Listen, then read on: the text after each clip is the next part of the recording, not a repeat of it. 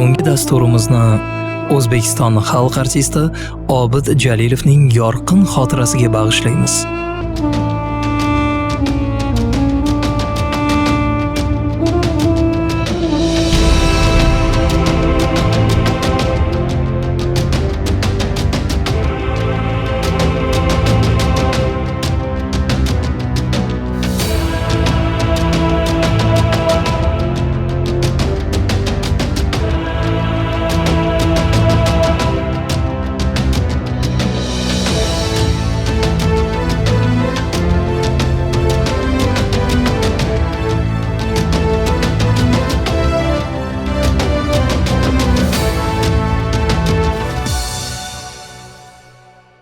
O'zbek teatr va kino aktyori, O'zbekiston xalq artisti Obid Jalilov 1896-yil 10-noyabrda Toshkentda tug'ilgan.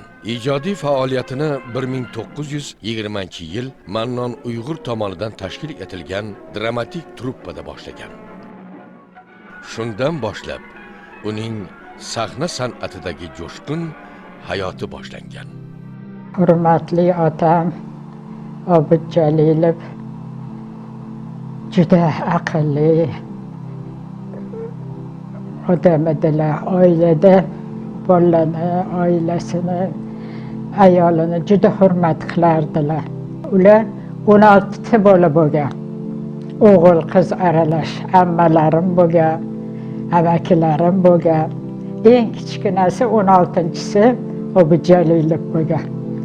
Bular shu okalari magazin bo'lganda, magazinda chinni furushlik qilishgan. Bular narsa sotib magazinda xizmat qilardilar. Bitta okalari olamdan o'tgandan keyin ularda 2 ta bola bilan, bir o'g'il, bir qiz bilan keyinlari beva qoladi. Otalari Xudo rahmat qilsin, o'shani okayni ayoliga o'ylanasan, 2 ta bola yetim qolmasin deb, o'zidan ancha katta bo'lsa ham o'shanga o'ylantirib qo'yarlar. Majburan bo'lib o'ylanadilar-da, keyin uni orasida bitta farzand tug'iladi. Qiz. Ularda bitta qiz, bitta o'g'il bo'lgan. Keyin bularda bitta qiz tug'ilgan. Keyin yana bitta o'g'il Surataka degan 2 o'g'il, 2 qiz bo'ladi. Okaniki nima. Keyin yana ketib qoladilar. Samarqand, Buxoro, shu yoqlarda san'atga berilib. Qahramonimizning aktyorlik mahorati intellektual psixologik yo'sinda shakllangan.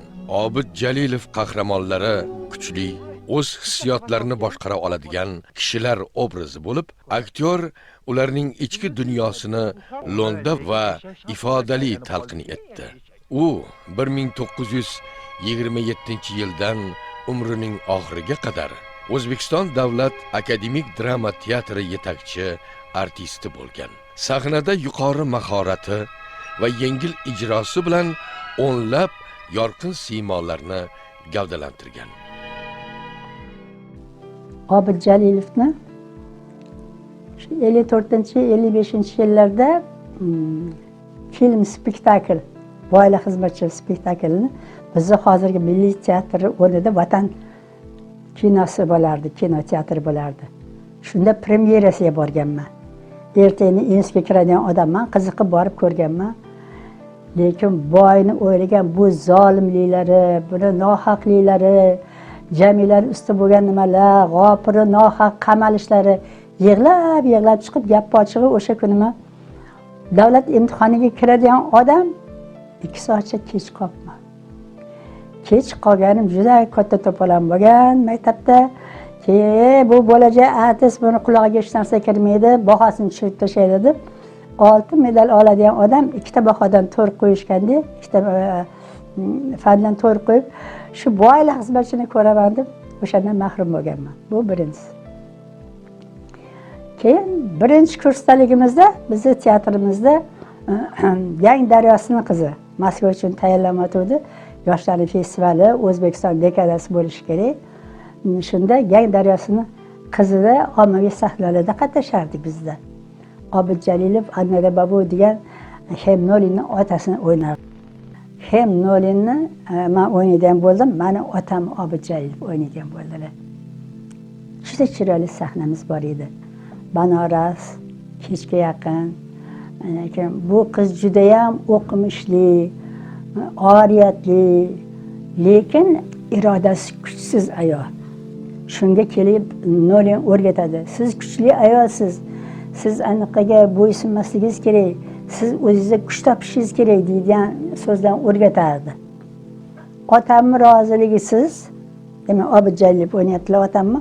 Otamni roziligisiz meni akamni To'lqin Tojiyev o'ynaydi. Oqxoy degan bir rasvo o'rtog'i bor. Shu o'rtog'iga uzatmoqchi meni. Chunki to'y arafasida kuyov Gang daryosida to'lqin bo'ladi, yo'qolib qoladi. Shu kelinni tashlab ketgan deydigan nomus kuchli, juda ham og'ir sahna edi. Mana shunaqa sahnada bu endi ersiz qolib ketadimi? Anaqa biz chidab tura olmaymiz, ota buni erga beramiz degan gap bo'lsa, qo'y bolam, qizimni o'zini holiga qo'y. Buni onasi yo'q. Boshini silab boshqa qilib bag'rlarga bosib o'tirardi, yig'lab bag'rlarda aytdim, "Voy Obid Jalilovni bag'rida mana Obid Jalilovni o'sha odamiman." Endi shunda boshimni silaganlarda, "Qo'y ona qizim, hammasi yaxshi bo'ladi. Seni aytganing bo'ladi. Men akangni aytganiga kirmayman." degan joylari bor edi. "Dodajon, bir umrga yoningizda bo'lsam bo'lmaydimi? Men sizga bolish bo'lsam bo'lmaydimi? Sizga yostiq bo'lib, sizni yoningizda qolaman umrimning oxirigacha. Yerga tegmayman" deb yig'laydigan joyim bor edi. Obid Jalilov SSR xalq artisti, ustoz san'atkor, fidoyi san'atkor. Mana shu dargohni eng sodiq farzandlaridan, eng sodiq ustozlaridan. Shu inson haqida gapirish men uchun avvalambor juda sharaf deb bilaman. Men yillar o'tib Obid Jalilov haqida gapirish baxtiga muyassar bo'laman deb hech ham o'ylamagan edim.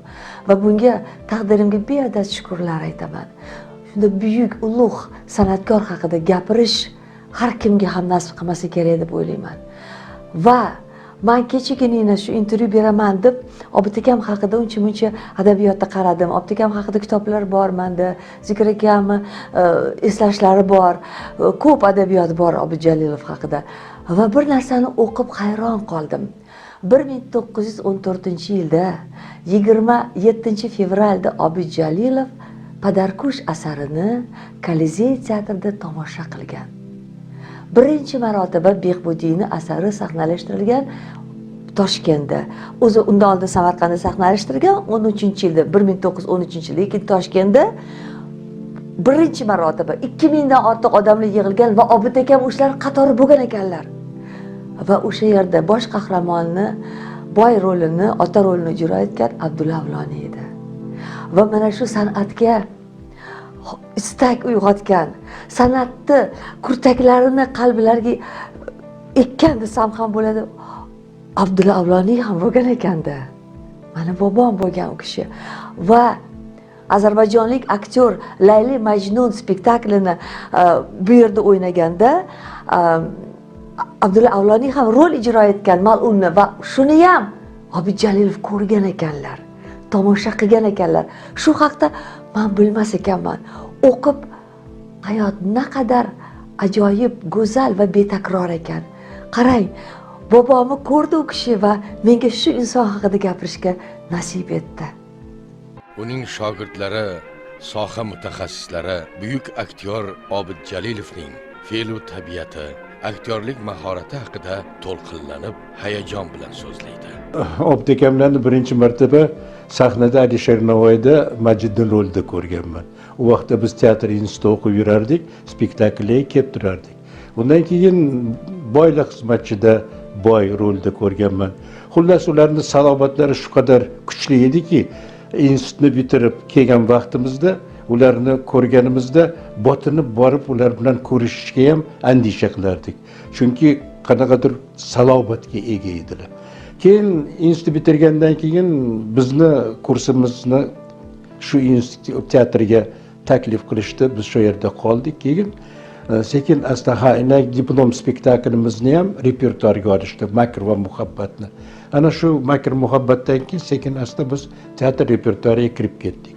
Men shaxsan o'zim optikamlardan anchagina cho'chirdim, chunki ularni salobatlari, o'zlarini tutishlari, undan keyin har bir inson ularga yaqinlashib kelishi qiyin edi men nazarimda.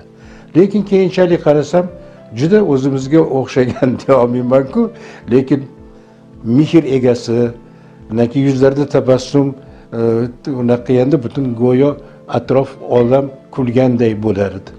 Mana shunday qilib, mana shu oilaga kirib keldik va mana shu ulug' aktyorlarni tarbiyasini oldik teatr institutidan keyin. Bizni oldimizda o'sha Abror akamlarga o'xshagan, Obid akamlarga o'xshagan, Nazurullayev, Tabibullayevlarga o'xshagan ulug' aktyorlar bor edi. Biz mana shu aktyorlarga intilib, hozirgi kunimizda mana shu san'atkor degan nomga ega bo'lganmiz. Obid akani rang-barang rollardagina emas, mashq daqiqalarida, kundalik hayotda ham ko'rib saboq olganman.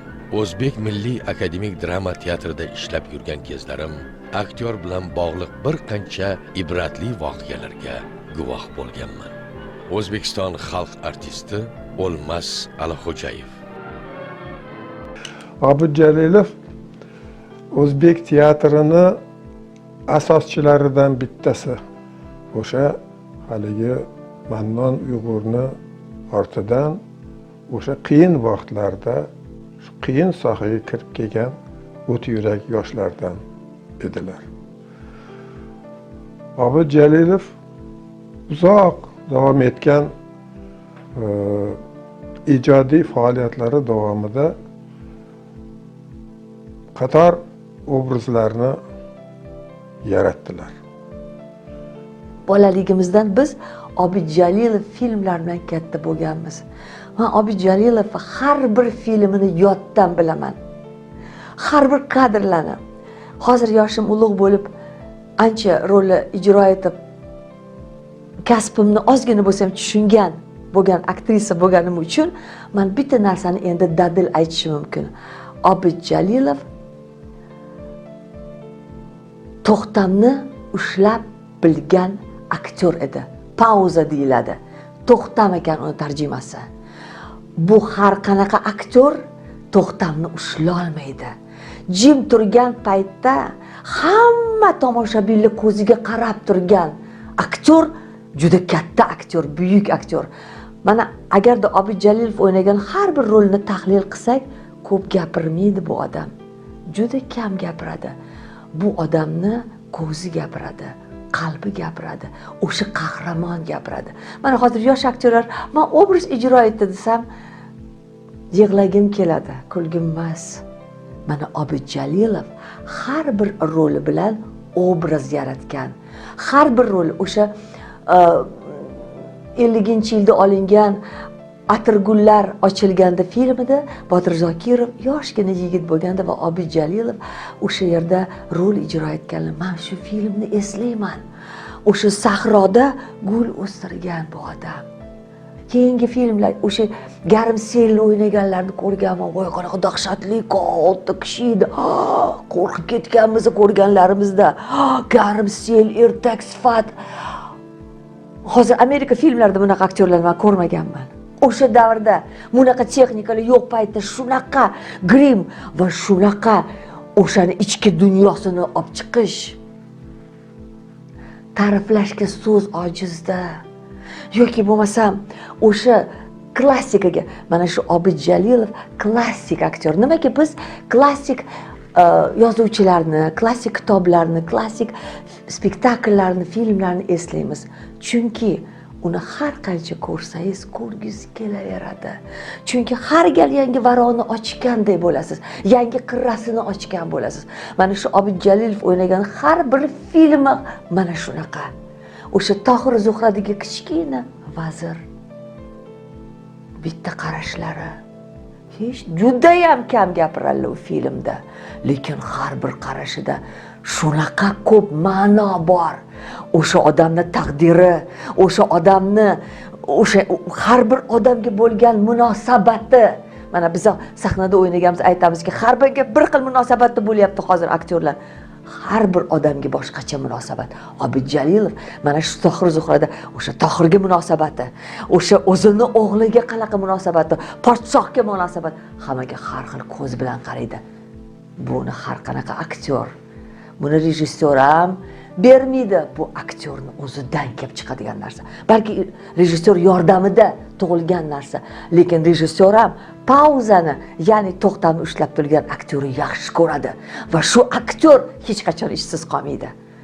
Tohir Zuhra kichkina rol, lekin har bir qadr muhrlab qoladi, miyangizda qoladi va hech qachon unutmaysiz o'sha odamni.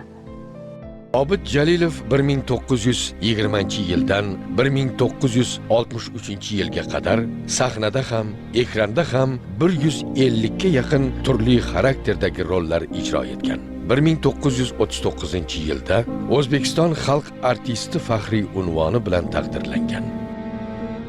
O'sha paytda eslayman, agar yil davomida bitta nima olsangiz ham, hali nima deydi, tanbeh olsangiz yoki bo'lmasam anaqa devoriga chiqarib bugun mana anaqada nima baho oldi, yomon baho oldi deydigan bitta yomon gap bo'ladigan bo'lsa, umuman unvonga qo'yilmas edi.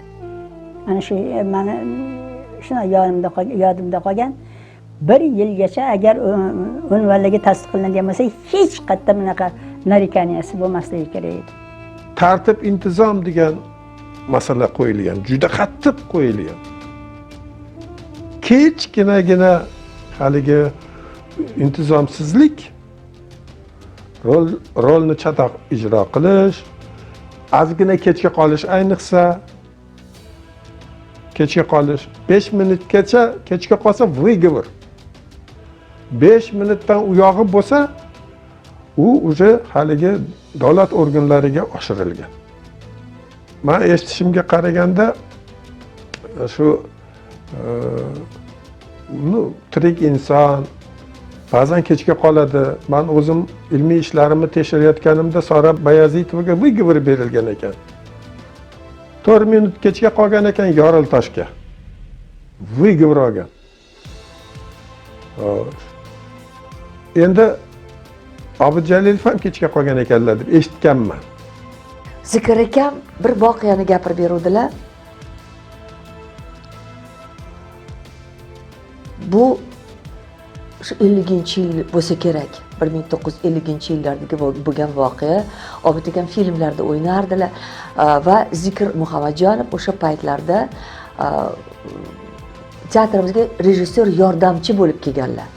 Aktyor bo'lib olishmagan, chunki joy yo'q edi va u kishi rejissyor yordamchi bo'lib ishlaganlar va kitoblarda ham yozganlar. Obid Jalilov Toshkent atrofida, mana shu teatrdan bir 50 kilometr narida Toshkentda bir syomkada bo'lganlar va o'sha film olingan, film tugagandan keyin mashinaga o'tirib kelishgan teatrga, lekin endi uzoq masofa, syomka cho'zilgan va Obid Jalilov 20 minut kech qolgan.